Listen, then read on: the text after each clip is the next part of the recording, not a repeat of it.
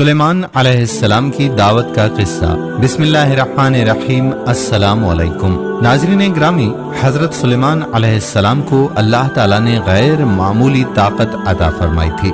ان کے بارے میں مشہور ہے کہ وہ جانوروں کی زبان بھی سمجھ لیتے تھے۔ انسانوں کے ساتھ ساتھ ان کی جنوں، جانوروں اور پرندوں اور ہوا تک پر حکومت تھی۔ چونٹی جس کی آواز کسی نے بھی نہیں سنی، حضرت سلیمان علیہ السلام اس کی آواز بھی سن لیتے تھے۔ یہ ساری چیزیں اسرائیلیوں کے نزدیک جادو کی وجہ سے تھی، اور انہوں نے اس درجہ جسارت سے کام لیا کہ سلیمان علیہ السلام کی نبوت اور رسالت ہی سے انکار کر دیا، اور ان پر طرح طرح کے بےہودہ بہتان اور الزام لگائے۔ دوسرے الزامات کے علاوہ حضرت سلیمان علیہ السلام پر یہ بھی الزام لگایا گیا کہ وہ جادو کے عامل ہیں اور اس کے زور پر بادشاہ بن گئے ہیں، اور جنوں اور انسانوں اور وحوش اور طیور کو مسخر کر لیا۔ یہودی حضرت سلیمان علیہ السلام پر یہ الزام بھی لگاتے ہیں کہ سیدون شہر سے عنکبوت بادشاہ کا جو سحری کتب خانہ زخرہ جن کو ملا تھا، حضرت سلیمان علیہ السلام نے اس کو شکنجے میں کر کے اس کے سحری علوم پر قبضہ کر لیا اور اسی سے کام لیتے رہے۔ آخری دنوں میں یہ بھی مشہور ہوا کہ جن علم غیب جانتے ہیں، جو سراسر غلط، جھوٹی اور من گھڑت بات ہے۔ جب یہ خبریں بہت عام ہوئیں تو حضرت سلیمان علیہ السلام نے شیاطین کے تمام جادوئی نوشتوں کو حاصل کر کے اپنے تخت کے نیچے دفن کر دیا، تاکہ انسانوں اور جنوں کی وہاں تک رسائی نہ ہو سکے، اور ساتھ ہی یہ فرمان جاری کر دیا کہ جو شخص سحر کرے گا یا جنوں کے متعلق علم غیب کا استعمال جاری رکھے گا، اس کو قتل کی سزا سنائی جائے گی۔ ناظرین، حضرت سلیمان علیہ السلام کو تعمیرات کا بے حد شوق تھا۔ آپ کے زمانے میں اس قدر تعمیرات ہوئیں کہ کسی اسرائیلی حکمران کے زمانے میں نہیں ہوئی تھی۔ بیت المقدس کو بھی آپ ہی نے سنوارا اور بنایا تھا۔ ان کاموں سے فارغ ہونے کے بعد آپ نے یروشلم کی شہر پناہ بھی تعمیر کروائی تھی۔ آپ نے جو شہر تعمیر کیے ان میں ملو، حصور، مجدد، جزر، بیت خوردن، اسفل اور تمر کے نام لیے جاتے ہیں۔ اس دور میں جو خوشحالی پائی جاتی تھی وہ تاریخ اسرائیل کے کسی اور دور میں نہیں ملے گی۔ اسی دوران میں تجارت کو بھی بہت فروغ حاصل ہوا، اور یہ تجارت بحری اور بری راستوں سے ہوتی تھی۔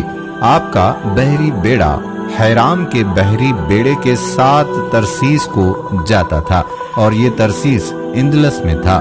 30 سال میں ایک بار جہاز واپس آتا تھا، اور ترسیس سے سونا، چاندی، ہاتھی کے دانت اور بندر لایا کرتا تھا۔ مصر سے گھوڑوں کی تجارت کا سلسلہ تھا۔ تاجر مصر سے کثیر تعداد میں گھوڑے لاتے تھے۔ یہ مصری گھوڑا یروشلم میں تقریباً 150 مسقال میں بکتا تھا۔ ملک میں مال و دولت کی خوب فراوانی تھی، لوگ آسودہ اور خوشحال تھے۔ تورات کا بیان ہے کہ بادشاہ نے یروشلم میں افراد کی وجہ سے چاندی کو ایسا کر دیا تھا جیسے پتھر، اور دیودار کو ایسا جیسے نیب کے ملک کے گولر کے درخت ہیں۔ اس افراد کی وجہ یہ تھی کہ ہر سال باہر سے آپ کے پاس جو سونا آتا تھا اس کی مقدار 666 قنطار تھی، جبکہ موجودہ حساب سے اس کا وزن 801 من 27 سیر اور 7 چٹانک ہوا۔ تجارت و خراج کی آمدنی اس کے علاوہ تھی۔ آپ کی سلطنت کی وسعت یہ تھی کہ شمال مشرق میں دریائے فرات تک، جنوب مشرق میں یمن تک، مغرب میں فلسطینیوں کے ملک اور بحیرہ روم تک، شمال میں گلیل تک اور جنوب میں مصر کی حدود تک پھیلی ہوئی تھی۔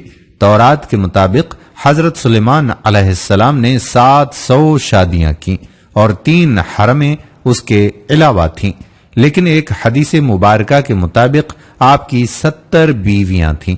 آپ نے 40 سال حکومت کی۔ آپ 13 سال کی عمر میں بادشاہ بنائے گئے تھے۔ چنانچہ توریت میں یہ مدت اس طرح بیان کی گئی ہے کہ ساری مدت سلیمان نے یروشلم میں سارے اسرائیل پر سلطنت 40 برس کی تھی، اور سلیمان اپنے باپ داداؤں کے ساتھ سو رہا اور اپنے باپ داداؤں کے شہر سیہون میں دفن کر دیا گیا۔ واللہ عالم۔ ناظرین گرامی، حضرت سلیمان علیہ السلام کی حکومت انتہائی وسیع تھی۔ انہوں نے اسی دوران میں فرعون کی بیٹی سے شادی کر لی۔ کسی زمانے میں ان کی حکومت کا کچھ علاقہ فرعون کی عملداری میں شامل کر دیا گیا تھا۔ اب فرعون کی بیٹی سے شادی کے بعد حضرت سلیمان علیہ السلام نے فرعون سے اپنا وہ قلعہ مانگا تو فرعون نے اس علاقے کو اپنی بیٹی کے جہیز میں دے دیا۔ لہٰذا یہ علاقہ ملنے کے بعد حضرت سلیمان علیہ السلام دنیا کے سب سے بڑے حکمران بن گئے تھے۔ ایک دن اچانک ان کے دل میں یہ خیال آیا کہ اب انہیں اپنی وسیع سلطنت اور اختیارات کا مظاہرہ بھی کرنا چاہیے۔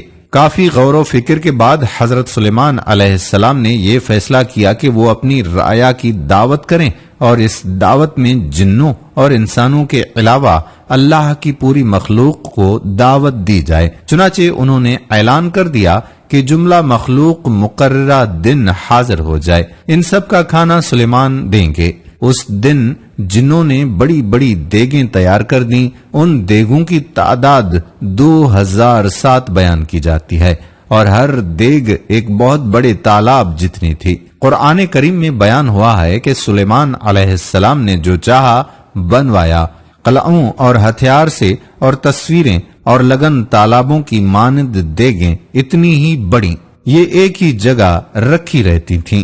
ناظرین، اس موقع پر ہزاروں جانور ذبح کیے گئے اور کھانے تیار کیے گئے۔ اب کھانے کے لیے مخلوق جمع ہونا شروع ہو گئی۔ حضرت سلیمان علیہ السلام نے ہوا کو حکم دیا کہ وہ ان کے تخت کو ہوا میں معلق رکھے تاکہ وہ اپنے مہمانوں کو اپنی نظر سے دیکھیں۔ آپ نے ایک مچھلی کو دریا سے نکلتے ہوئے دیکھا۔ وہ فضا میں بلند ہوئی اور تخت کے قریب پہنچ کر ان سے کہا کہ اے سلیمان، اللہ نے مجھ کو آپ کی دعوت میں بھیجا ہے اور ہم کو یہ بھی معلوم ہے کہ آپ دنیا بھر کی مخلوق کو کھانا کھلا رہے ہیں۔ حضرت سلیمان علیہ السلام نے کہا، یہ ساری باتیں جو تو نے مجھ سے کہی ہیں، اس کا کیا مطلب؟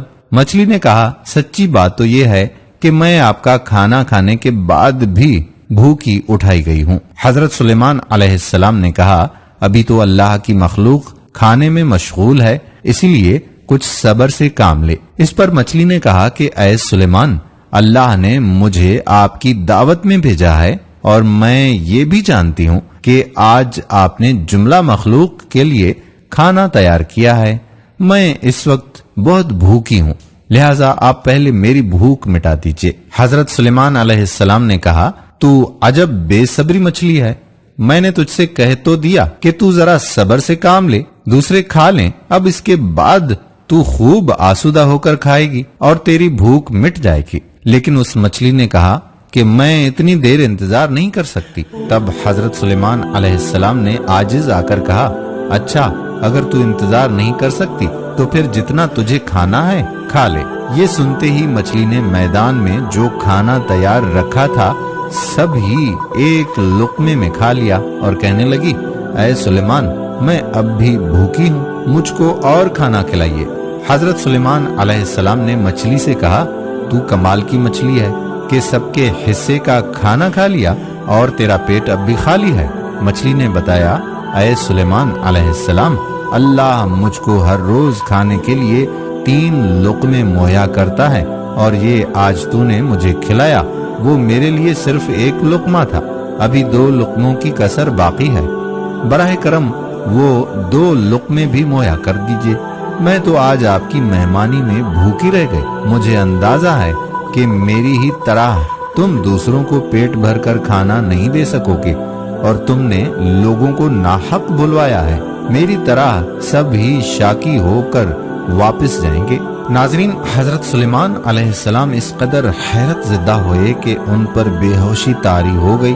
جب انہیں ہوش آیا تو وہ سجدے میں گر گئے اور رو رہے تھے اور خدا تعالیٰ سے عاجزانہ کہہ رہے تھے، خدایا میں نے بہت بڑا قصور کیا، اب میں اپنی نادانی اور عاجزی کا اقرار کرتا ہوں اور توبہ کرتا ہوں کہ روزی دینے والا صرف تو ہی ہے اور سارے جہان کا تو ہی پیٹ بھر سکتا ہے۔ میں نادان اور مسکین ہوں جبکہ تو دانا اور توانا ہے۔ دوستو ہم امید کرتے ہیں کہ ہماری آج کی ویڈیو آپ کو ضرور پسند آئی ہوگی۔ اگر ویڈیو پسند آئی ہے تو اپنے دوستوں احباب کے ساتھ شیئر ضرور کیجیے گا۔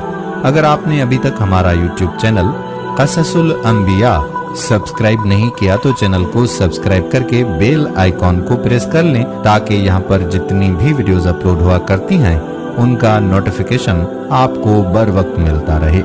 آنے والی ویڈیو تک ہمیں اجازت دیجیے۔ اللہ نگہبان۔